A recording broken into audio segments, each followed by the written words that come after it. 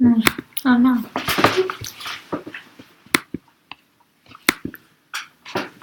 Bonjour à tous, excusez-nous pour ce petit délai pour le démarrage, mais on a eu un problème visiblement de connexion. On espère qu'on ne va pas être trop embêté aujourd'hui. Bonjour donc de nouveau, bonjour Clara. Bonjour. Bonjour Ise. Donc on a eu une semaine un petit peu chargée au niveau de tout ce qui était communication de Génération Z, etc. Mais on y arrivera peut-être en cours de route. Je vais peut-être vous faire rebondir d'abord. Ça, je ne vous avais pas prévenu, vous n'étiez pas au courant. Je vais peut-être vous faire rebondir sur une intervention que j'ai faite cette semaine, qui était sur la e-réputation. Et dans la première partie de la journée, le matin, on avait une centaine de lycéens qui étaient devant nous. Et moi, j'étais censé leur parler d'e-réputation. Et la question que je me posais, c'est est-ce que c'est encore utile de parler à la génération Z d'e-réputation ou pas ? Alors, je ne sais pas laquelle des deux veut prendre la parole. Vas-y. Je sais pas vraiment. En fait, là, tu me prends un peu au dépourvu. Mais... c'est-à-dire, je sais pas si on doit parler d'e-réputation, mais en tant que tel, gérer notre image sur Internet, je pense que la plupart d'entre nous sont capables de le faire. On se rend bien compte de quand on publie quelque chose de public, quand on partage qu'avec nos amis, et du coup ça reste privé. Ça, on s'en rend bien compte. Et du coup, à ce niveau-là, je pense que c'est bon. Mais peut-être qu'il y a d'autres choses à expliquer qu'on nous explique pas actuellement. Et toi, Ise ? Je répondrai après. Je suis d'accord avec ce que Clara a dit par rapport à... qu'on sait le gérer par rapport à, entre guillemets, vie privée et vie publique, mais après, peut-être on oublie des choses et peut-être ça peut nous rappeler certaines choses. Alors, moi, ma sensation, c'était qu'effectivement, enfin, moi je reprends le fil de la journée, faire une conférence sur la génération Z sur cette notion d'e-réputation, je pense que ça n'a pas trop d'intérêt dans l'état dans lequel on le fait normalement. Je crois que les vieux basiques qu'on expliquait il y a 10 ans sur l'e-réputation, c'est encore valable pour les gens de 25-45 ans, mais pour les très jeunes, ça ne fonctionne plus parce qu'ils sont beaucoup plus habitués que nous en plus à utiliser tous ces outils. Mais c'est vrai qu'il y a des parties mais qui sont difficiles à explorer au sein d'une conférence comme ça, qui serait plutôt à aborder. On pense notamment au coût de quelqu'un qui se plaindrait si on avait utilisé son image ou des choses comme ça. Ouais, les droits d'auteur, les gens sont beaucoup moins sensibilisés à ce sujet.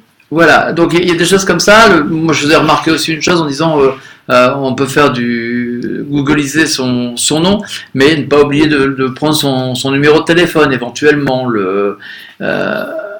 Mais c'est vrai que c'est plus géré du tout de la même manière, donc moi ça me pose généralement un petit souci, donc je voulais revenir simplement avec vous sur ça pour voir un petit peu votre réaction sur ça, mais on verra que de toute manière c'est très marrant parce qu'en fait dans les réponses que vous avez faites à une des pages que vous avez regardées, en fait on rejoint à nouveau ce truc d'e-réputation. Alors je continue avec le premier article que je vous ai donné à lire, c'était un article des Échos qui s'appelait « Révolution numérique, le choc des compétences qui attend la France ». Alors, il y en a une des deux qui a dit, qui avait repéré sur le sacralisme du diplôme. C'est toi, Ise ? Oui. Alors, tu disais nos ambitions traditionnelles. Non, c'était dans l'article. C'était dans l'article. Et donc, nos ambitions traditionnelles en matière de niveau de qualification de la population ne suffisent plus. Alors, pourquoi tu as réagi à ça sur le sacralisme du diplôme ? C'est que maintenant, on n'a plus forcément besoin d'un diplôme pour arriver à faire quelque chose. Il y a des gens qui ont un diplôme mais qui sont moins doués que d'autres qui n'auront pas forcément le diplôme. C'est par rapport à ça, surtout moi, que je réagis. En fait, on peut se former n'importe où et du coup, on peut être très bien formé sans forcément avoir le diplôme. Ouais. Même si en France, en gros, c'est hyper important d'avoir toujours le diplôme. Ouais. Ok. Deuxième point sur lequel vous avez réagi, c'est 80 000 emplois devraient être vacants en 2020. Alors 2020, c'est marrant pour moi parce que c'est une date qu'on emploie souvent en prospective en disant oui, ben dans 2020, il y a tel et tel truc qui vont se passer. Alors, il va s'en passer des choses, vu tout ce que je dis de tous les côtés. Et donc là, on a 80 000 emplois. Alors, je ne sais pas laquelle des deux veut réagir. Moi aussi, c'est moi qui. Ouais, c'est toi. En fait, on parle de chômage et tout, mais je trouvais ça énorme quand même. 80 000 emplois, c'est. Enfin, je trouvais que c'était énorme. Ouais, mais ils vont être vacants, mais est-ce que les gens sont qualifiés pour ces emplois ou pas? C'est toute souviens plus. l'ambiguïté parce que, du truc, du titre, hein, de toute façon. Ouais, C'est, on va se trouver coincé Mais avec parce les qu'en compétences. plus 2020, c'est dans 2-3 ans quoi maintenant. Ouais. On est presque en 2018. Donc, 2 ans et demi. Moins, et on est en, Deux mois, on est en 2 octobre. ans. Ouais, 2 dans ans, 2 ans. 2 ans. Ouais, mais c'est ça, c'est ce que les gens. Parce qu'il parlait. Il me semble que c'est dans ça qu'il parlait qu'il faudrait qu'il y ait des gens qui soient formés en. Ouais, c'était ça, il y avait 3 compétences qu'il fallait former, enfin 3 trucs. Ouais, genre t'avais cyber. Pour les cyberattaques. T'avais pour. Je crois que c'était communiquer avec Internet, etc. Ou un truc comme ça aussi. Puis le troisième, je sais plus. Ok, donc on s'aperçoit effectivement, vous dites qu'il peut y avoir un manque de compétences de la part des gens. Bah, c'est sûr, si on nous forme comme actuellement à l'école, on nous forme. Non, on n'est pas formé en fait.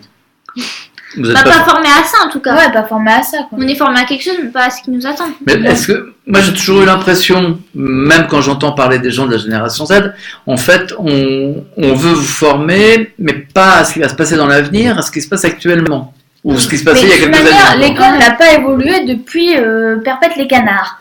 Quand tu regardes l'école, je pense que l'école à laquelle tu allais toi, et l'école à laquelle nous avons été, en tant que tel, tu as toujours le prof qui fait son discours devant en écrivant sur un tableau, et les élèves qui sont assis à leur bureau, à leur chaise, il n'y a rien qui a évolué.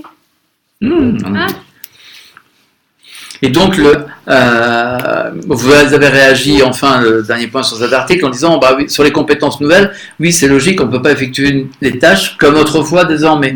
Ça se transforme et d'autres disparaissent d'ailleurs au niveau de ces tâches. Bah, vas-y, complète un peu tout ce que tu me dis là, derrière ça.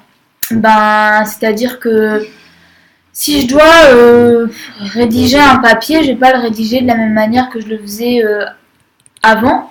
Parce que maintenant, au lieu de prendre mon papier et mon stylo, bah, je vais peut-être prendre mon ordinateur.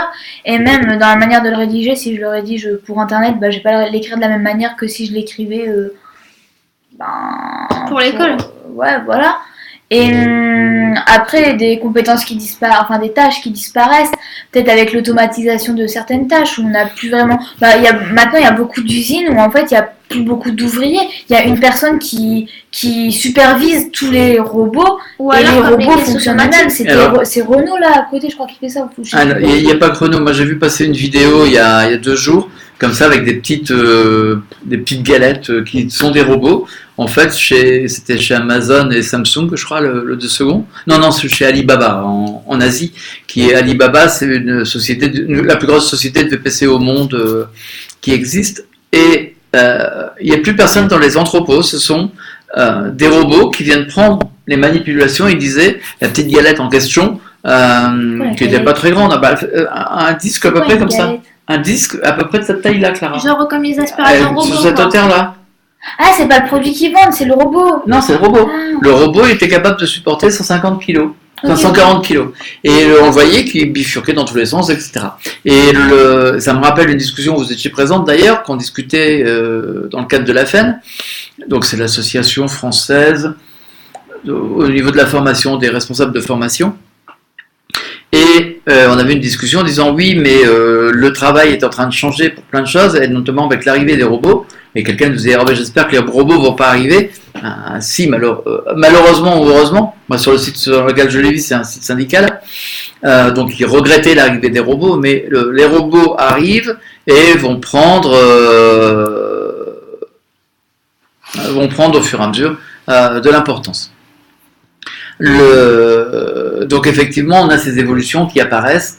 J'ai déjà répondu, c'est un article, je me rappelle, c'était au niveau des pharmaciens qui se posaient des questions. Pourquoi ? Parce qu'il allait y avoir l'arrivée des nouveaux pharmaciens dans les officines et quel devrait être leur travail, puisque ce sont également des robots qui vont être capables de délivrer les ordonnances. Donc voilà, on est dans cette mouvance-là. Ouais, mais c'est comme les caissières déjà. Maintenant, elles disparaissent. Vu que t'as les caisses automatiques et c'est une caissière qui gère plusieurs caisses automatiques. Par rapport à Clara qui. Ouais, Oui, voilà. tout à fait. Ça fait moins d'emplois. C'est-à-dire la répartition des emplois se fait différemment. Ouais, voilà. C'est pas la même chose. Mais après, il y a une autre notion, on ne l'aborde pas ici, mais on en entend très rarement parler, c'est la fin du système du salariat en réalité.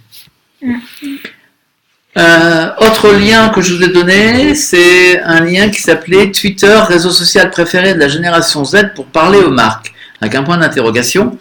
Et moi je trouvais que le Twitter pour parler aux marques en étant de la génération Z, c'est pas gagné d'avance parce que on va revenir en cours de lecture, mais et en cours d'analyse, mais vous êtes dans beaucoup de réseaux sociaux et c'est pas, je pense que c'est pas Twitter qui sera peut-être le plus important. Alors, d'ailleurs que ça doit être Clara qui a dû dire Twitter. C'est Iseux qui a dit que ça sert principalement à suivre l'information. Ah non, ça, c'est toi. non, je croyais que c'était le point dessus. Non, le point du dessus, j'en parle pas parce que c'est pas grave, c'est pas important. Mais Twitter sert principalement à suivre l'information et les tendances. Ouais, ça c'est ce qu'il disait dans l'article, Oui. qu'en gros il y avait 3 fonctions à Twitter. Quand on demandait aux générations Z, je crois que c'était aux alentours de 80% qui disaient c'est pour suivre les informations. 80% toujours disaient c'est pour suivre les tendances. Et il y avait un autre pourcentage plus petit, c'était... Tu te rappelles ou pas, Yves ? Non. C'était autre chose, mais je ne sais plus quoi. Ok, mais c'est pas grave, on va continuer à parler de Twitter et de ses outils. Donc effectivement, Twitter, pour suivre l'information, suivre l'actu, oui, suivre les tendances éventuellement. Bah si, avec les TT, les top tweets. Il y en a plein qui regardent les top tweets pour voir les sujets du moment. Ouais. C'est ces tendances-là, quoi. Ouais, c'est les tendances à ce niveau-là, tu vois. D'accord. C'est pas tendance comme Pinterest où on va aller trouver de l'inspiration pour de la mode. C'est plutôt regarder les Toujours sujets. dans l'actu.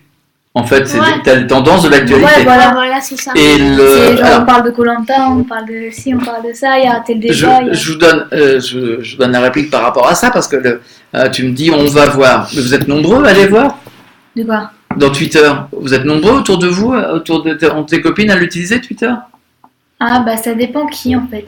Ça dépend on prend quel niveau social aussi. Mais bon, parce que selon les gens, il y en a qui l'utilisent, ouais, il y en a qui sont tout le temps sur Twitter, genre ils mettent tout le temps des tweets et tout. Bah, Et il y en a qui n'ont pas. Mais... Bah, nous, comme il y en avait beaucoup. Bah après, ouais, il y a pas mal de monde qui a. Ouais. Après, c'est un peu comme dans tous les réseaux, t'as des gens qui ont, mais qui Qui n'y vont pas. En fait, ils font que regarder ou alors ils ont leur compte, mais au final, ils font rien dessus. Ouais, ouais. Ok. D'ailleurs, c'est ce que vous indiquez au fur et à mesure, parce que vous dites que Attends, non, je vois plus les messages. Vous dites que force est de constater... Enfin, vous répondez à ça, force est de constater que les jeunes sont actifs sur toutes les plateformes sociales qui existent, ou presque. Donc ça, c'est ce que vous lisez dans le truc, et vous dites oui, c'est vrai. Et notamment dans Facebook. Il faut savoir que Facebook reste quand même le premier outil où il y a du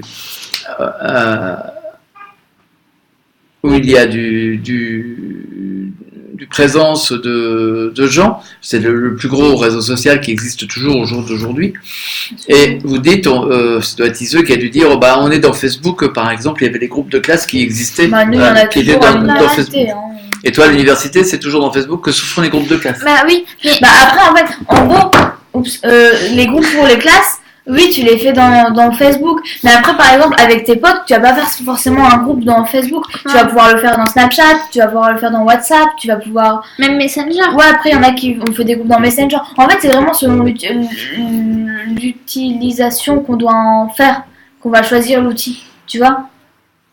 Genre Snapchat, ça va être parce que c'est cool, on peut s'envoyer des photos de nous et tout, à Enfin, tout en le fait, monde. ça évite sera de pas la même cocher chose. tous les gens. Mais en fait, eux, ils disaient que on n'était pas dans, enfin que les jeunes n'étaient pas dans, enfin plus, il me semble, Ouais, dans Facebook, pas dans LinkedIn et pas dans Pinterest. Et non, en fait, c'était que les jeunes de la génération Z étaient moins présents dans ces réseaux Ouais. que les gens de la génération Y. Mais Mais c'est logique. Facebook, ouais. Ce qui est logique, puisque les Y ont vécu avec la naissance de Facebook et l'ont utilisé dès la naissance. Quand vous êtes arrivé, en fait, il y avait Facebook et les autres. Donc vous avez réparti Ouais. automatiquement beaucoup plus dans tous les outils. On répondra juste après, Bruno, à ta question, parce que c'est complémentaire. Alors, effectivement, comme tu le disais, il disait que vous n'étiez pas présent donc beaucoup dans Facebook, ni dans LinkedIn. Et là, vous avez réagi en disant, bah oui, mais c'est peut-être normal qu'on soit pas dans LinkedIn. Bah Ah ouais. Alors, pour quelle raison? Moi, je commence ou tu commences? Bah comme tu veux. Bah, parce que je vois que tu as noté beaucoup, ça. Moi j'ai noté peu. J'expliquais juste que en fait, on va rentrer sur le marché du travail et étant donné que LinkedIn c'est avant tout pour justement mettre en relation des gens qui cherchent du travail et des gens qui proposent du travail.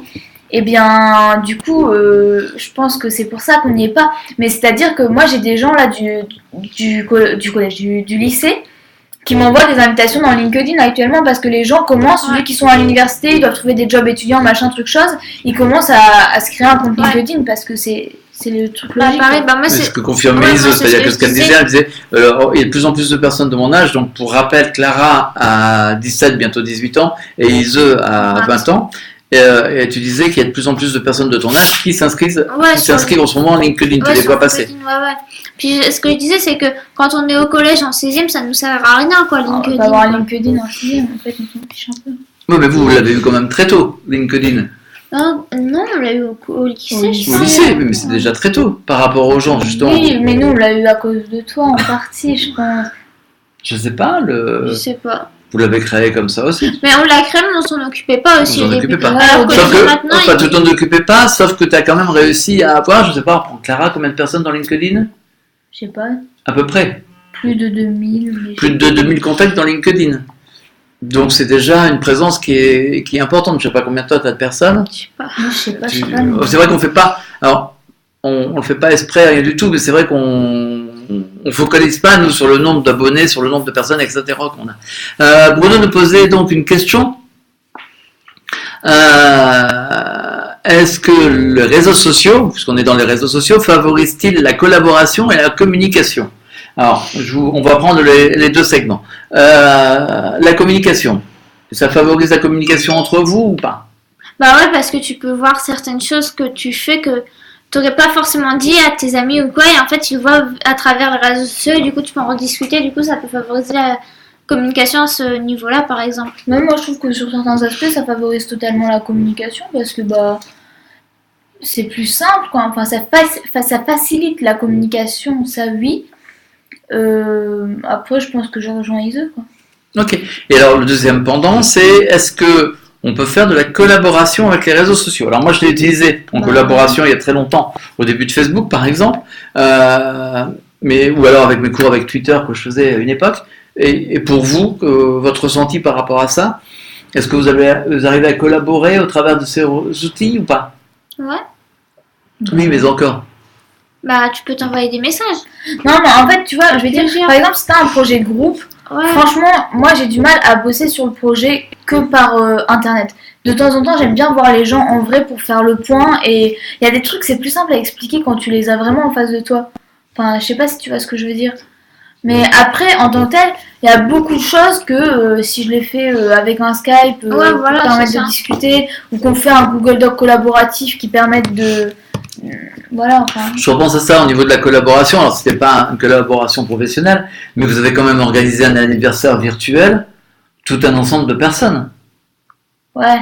Donc, vous avez fait de la collaboration Ouais, entièrement mais- en ligne. Ouais, mais aussi, là pour moi c'est différent parce que c'était des gens qui venaient de partout sur la Terre. Oui, mais c'est peut-être l'intérêt aussi que ça peut avoir. Ouais. C'est que tu peux inviter tout le monde. C'est Oui, pas obligé voilà, que ce soit des voilà, gens oui. que tu connaisses obligatoirement. au Ouais, mais départ. du coup en fait ça c'est aussi un truc bien parce que du coup tu peux collaborer avec des gens précis et des gens qui seront entre guillemets les meilleurs dans leur domaine. T'es pas obligé de prendre un Français, tu vois, t'es pas obligé de prendre Ouais. quelqu'un de Lille pour bosser avec quelqu'un de Lille. Tu peux prendre, si y a un Allemand qui est balèze dans le domaine et qui veut bien bosser avec toi, tu prends l'Allemand. Si c'est un Chinois, tu prends le Chinois. Si c'est un Mexicain, tu prends le Mexicain quoi.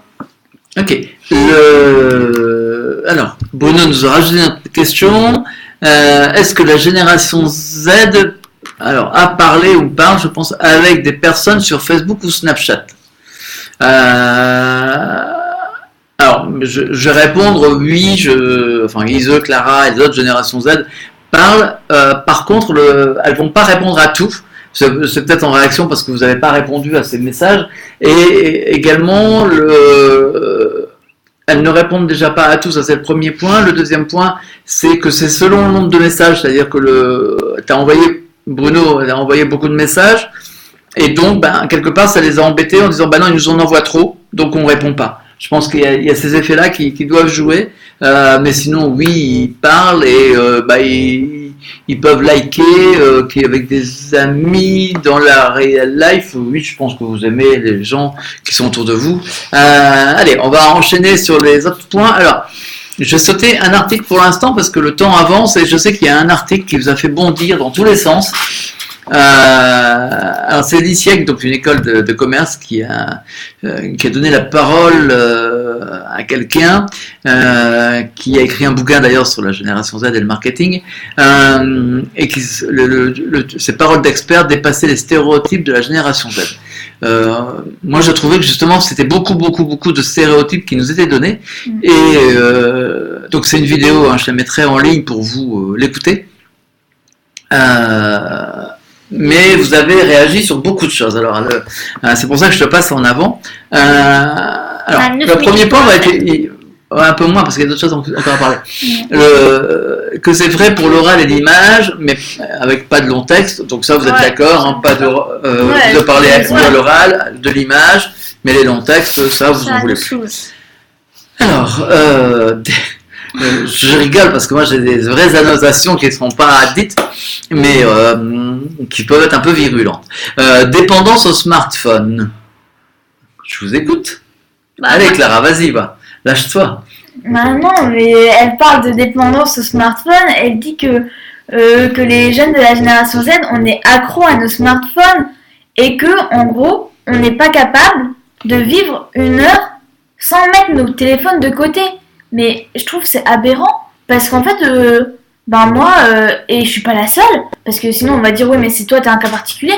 Mais non, mais en fait on est capable de vivre sans smartphone. Après c'est sûr que ça nous simplifie la vie. Il y a plein de tâches qu'on fait beaucoup plus facilement quand on a notre smartphone. Mais après je suis capable de vivre sans en tant que tel. Enfin franchement le mettre une heure de côté, c'est pas ça qui va me tuer. En vrai quand je suis en train de récolter des fruits dans le verger. Mais je vais pas être sur mon iPhone constamment. Je confirme, t'as passé l'après-midi d'hier pendant 2-3 heures sans ton smartphone. Ah ouais, voilà. Quand tu fais de la randonnée, je dis toujours l'exemple de la randonnée parce que c'est celui qui me vient en tête. Mais quand on fait de la randonnée, quand je suis avec papa, qu'on fait une randonnée, mais je suis pas sur mon iPhone tout le temps.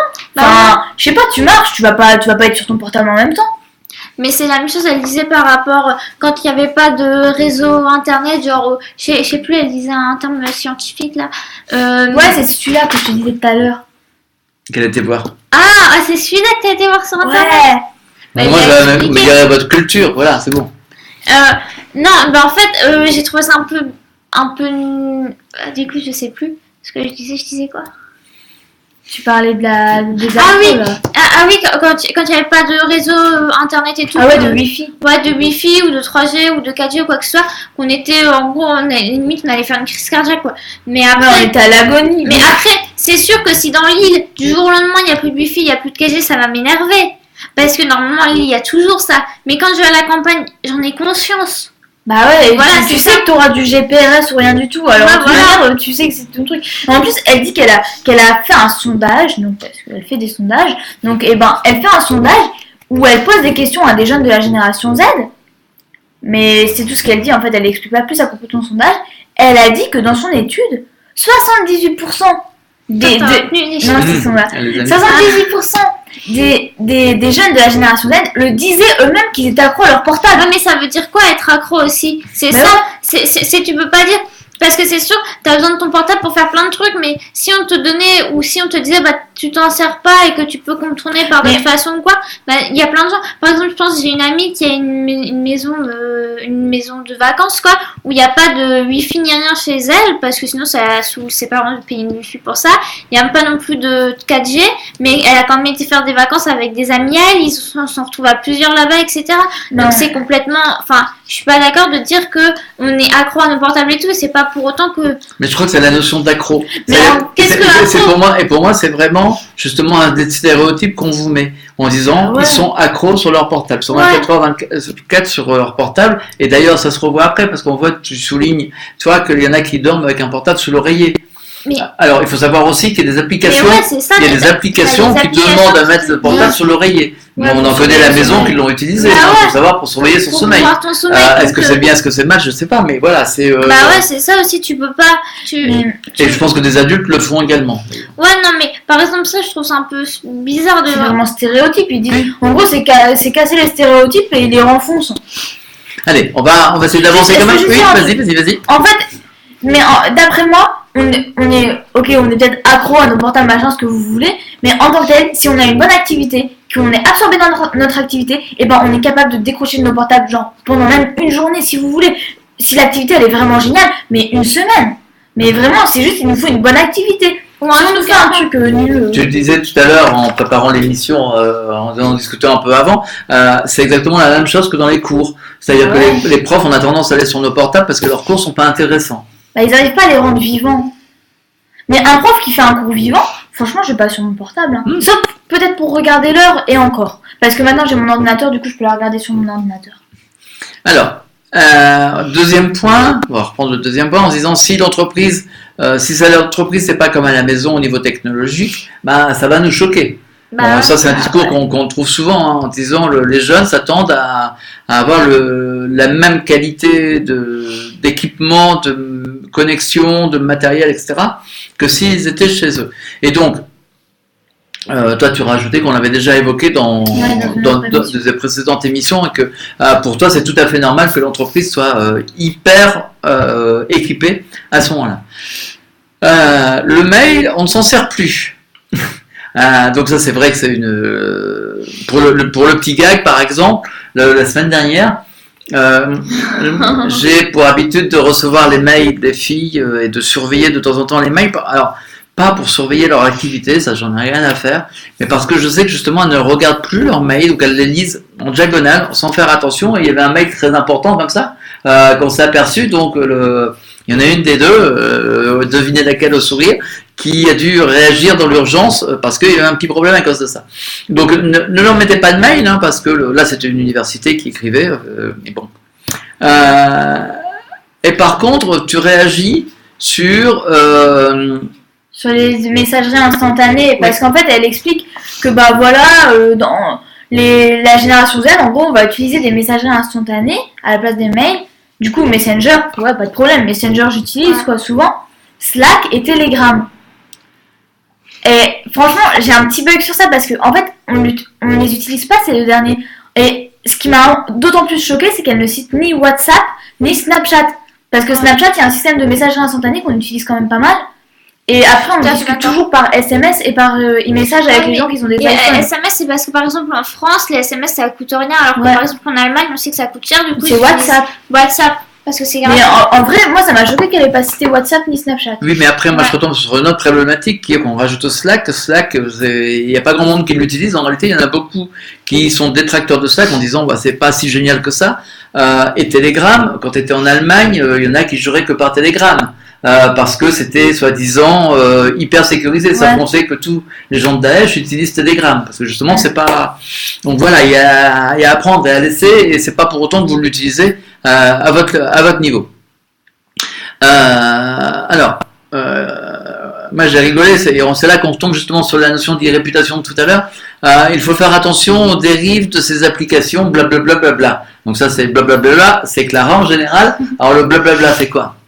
Bah non, mais les dérives de Messenger, Slack et Telegram, mais ou votre application. Dépasser les stéréotypes, mais on est en plein dedans. Enfin, je suis désolée, mais c'est bon, on est grand, on arrive à gérer les... Enfin, je sais pas, Snapchat, moi je mets pas de... Enfin, on est conscient de ce qu'on met dedans. Dans les réseaux, on est conscient de ce qu'on met dedans. Et franchement, il y a des... Juste, il y a plein de gens, ils prennent une photo de leur tête, ils font ah non là je suis pas assez bien pour mettre en souris, et ils changent, ils refont une autre photo quoi. Enfin franchement pour moi c'est un bon exemple que tu gères ton image. Allez, on va se dépêcher parce que là on est en train de dépasser notre temps. Alors on a démarré un peu plus tard donc on a 1 ou 2 minutes en plus, mais c'est juste au niveau des magasins. Alors je sais qu'on s'était opposé avec cette personne sur cette notion-là lors d'un événement. On ne recherche pas la digitalisation des magasins mais la réalité augmentée. Mais alors pourquoi 3/4 font leur achat sur Internet? Et il y en a une qui a dit, encore une qui a été lire l'étude IBM sans réfléchir à ce qu'il y a derrière. Parce que pour vous, c'est pas du tout le cas. C'est-à-dire que le magasin va complètement changer et n'a plus rien à voir avec ce qui est actuellement. Je résume assez bien ce que vous pensez. Et par contre, que le magasin devienne un lieu de vie ou tente de devenir un lieu de vie, oui, ça c'est pas faux. Par contre, en essayant, nous on avait parlé ce jour-là d'événementiel, je crois. C'est là-bas ou ailleurs, je sais plus. Ailleurs. Donc voilà. On va juste répondre avant. Deux questions que nous donnait Bruno. Vos emails sont-ils dans des répertoires? Ils reçoivent les emails, tout est trié en plus dans leurs emails. Ça arrive dans des dossiers, etc. Mais c'est pas pour autant qu'ils les lisent. Ça c'est le premier point. Et votre portable est allumé tout le temps ou il est éteint de temps en temps? Il est allumé tout le temps. Il reste allumé, mais seulement vous le mettez, vous le débrayez pour qu'il n'y ait plus de... en mode nuit, moi je le mets souvent quand ça me dérange pas qu'il ne fasse pas de notification. Il ne fait pas de notification, etc. D'ailleurs, il y avait un truc qui est très marrant, parce que sur les nouveaux iPhones, on a une fonction pour la voiture. Ouais, je sais pas, ça s'appelle comment, ne pas déranger en voiture. Ouais, ne pas déranger en voiture. Clara l'utilise, moi je l'utilise pas. Donc voilà, c'est pour resituer aussi le... c'est pour éviter c'est pas le fait de couper complètement. Attiré par qui. Et on va en rester là parce que là on est en train de déborder de tous les côtés. On avait un autre article qu'on avait prévu et de parler également du Festival des influenceurs culinaires. Et on vous parlera du Festival des influenceurs culinaires. On vous racontera tout. On vous dira tout. Dans 2 semaines maintenant, donc à lundi, dans 2 semaines, le 21, le 23 21, 23, vers le 20, voilà. Dans 15 jours, au revoir. Merci Bruno pour tes questions. Au revoir. Au revoir. Au revoir.